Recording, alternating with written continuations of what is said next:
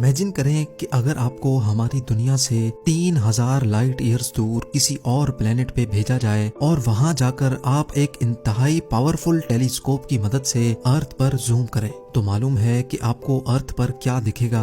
हैरत अंगेज तौर पे आपको अर्थ का वो दौर नजर आएगा जो आज से 3000 साल पहले हुआ करता था, यानी वो दौर जब एंशिएंट इजिप्शियंस पिरामिड्स बनाया करते थे। इसका मतलब ये हुआ कि ये पावरफुल टेलीस्कोप आपके लिए एक टाइम मशीन का काम करेगा। बेशक आप 3000 साल पहले वाले अर्थ पर जा तो नहीं सकेंगे, लेकिन आप उसको देख जरूर सकेंगे।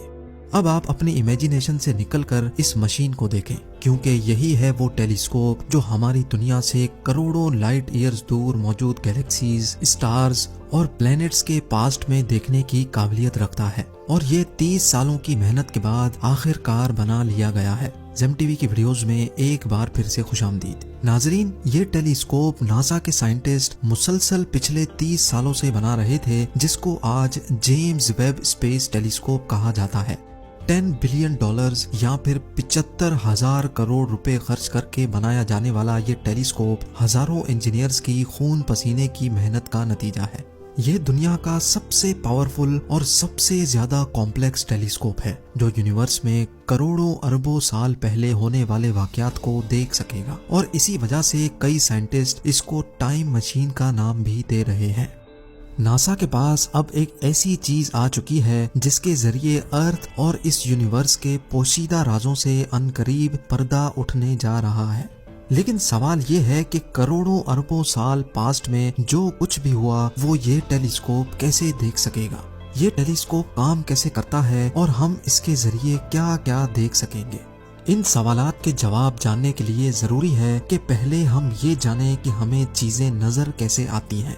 जब हम किसी अंधेरे कमरे में दाखिल होते हैं, बेशक हमारी आंखें उस वक्त खुली हों पर हमें कुछ नजर नहीं आता, लेकिन जैसे ही कमरे में लाइट ऑन की जाती है तो हमें सब कुछ दिखना शुरू हो जाता है। इसका मतलब ये हुआ कि जब कमरे में अंधेरा था तब वो तमाम चीजें वहीं मौजूद थीं पर हमें नजर नहीं आ रही थी। लेकिन लाइट ऑन होने के बाद जब लाइट उन तमाम ऑब्जेक्ट से रिफ्लेक्ट होकर हमारी आंखों पर पड़ी तब हमें सब कुछ दिखना शुरू हो गया। यानी हमारे किसी भी चीज को देखने के लिए लाइट बहुत ज्यादा इम्पोर्टेंट होती है। लाइट जो कि 3 लाख किलोमीटर पर सेकंड की स्पीड से ट्रेवल करती है, उसको एक छोटे से कमरे के अंदर फैलने में तो जरा सी भी देर नहीं लगती। लेकिन जब यही लाइट हमारी इतनी बड़ी यूनिवर्स में फैलती है तो जाहिर है इसको भी एक जगह से दूसरी जगह जाने में टाइम लगता है।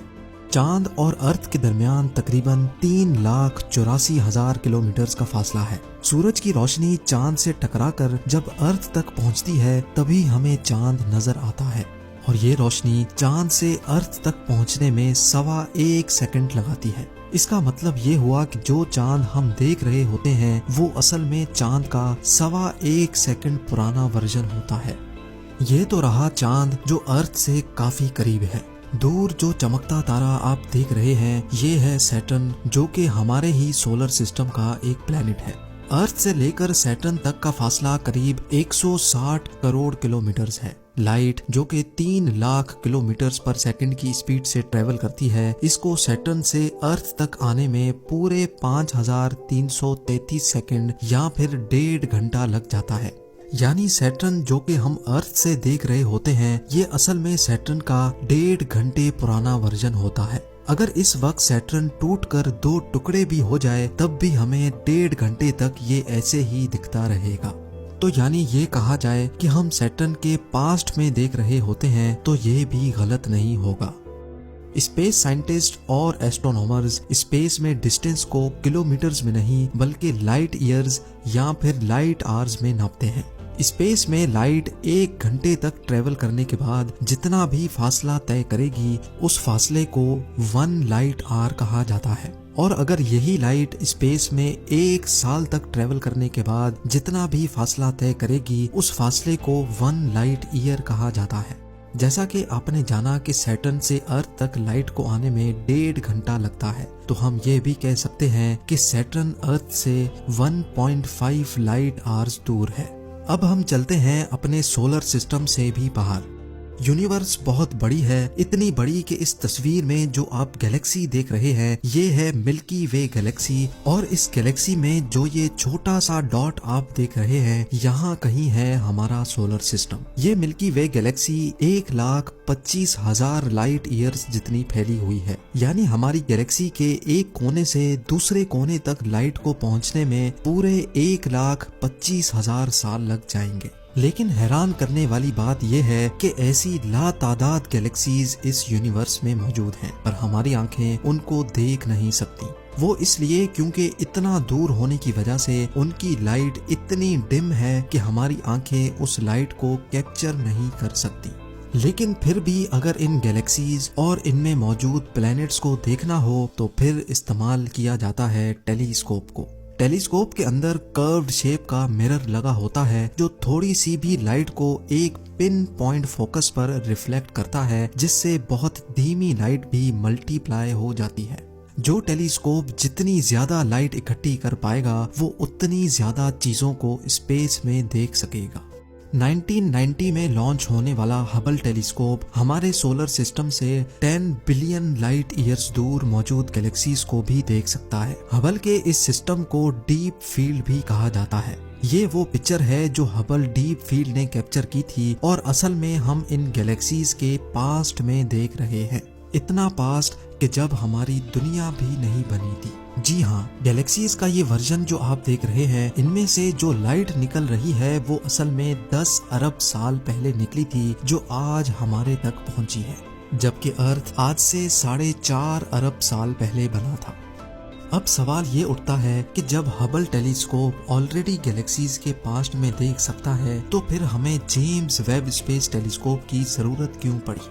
हबल टेलीस्कोप में 2.4 मीटर बड़ा जबकि जेम्स वेब में 6.5 मीटर बड़ा मिरर लगा हुआ है। हबल टेलीस्कोप इंसानी आंखों से 100 गुना ज्यादा लाइट इकट्ठी करने की काबिलियत रखता है, जबकि जेम्स वेब स्पेस टेलीस्कोप इंसानी आंखों से 10 लाख गुना ज्यादा लाइट इकट्ठी कर पाएगा। इंजीनियर्स का कहना है कि जेम्स वेब इतना पावरफुल है कि अगर उसको चांद पर रखा जाए तो वो अर्थ पर किसी छोटी सी कैंडल लाइट को भी देख सकता है। ना सिर्फ इतना बल्कि James Webb space telescope infrared light को भी देखने की काबिलियत रखता है। साइंस के मुताबिक जो गैलेक्सीज और स्टार्स हमसे दूर जा रहे हैं उनकी लाइट हमारे तक पहुंचते पहुंचते इंफ्रारेड लाइट में कन्वर्ट हो जाती है।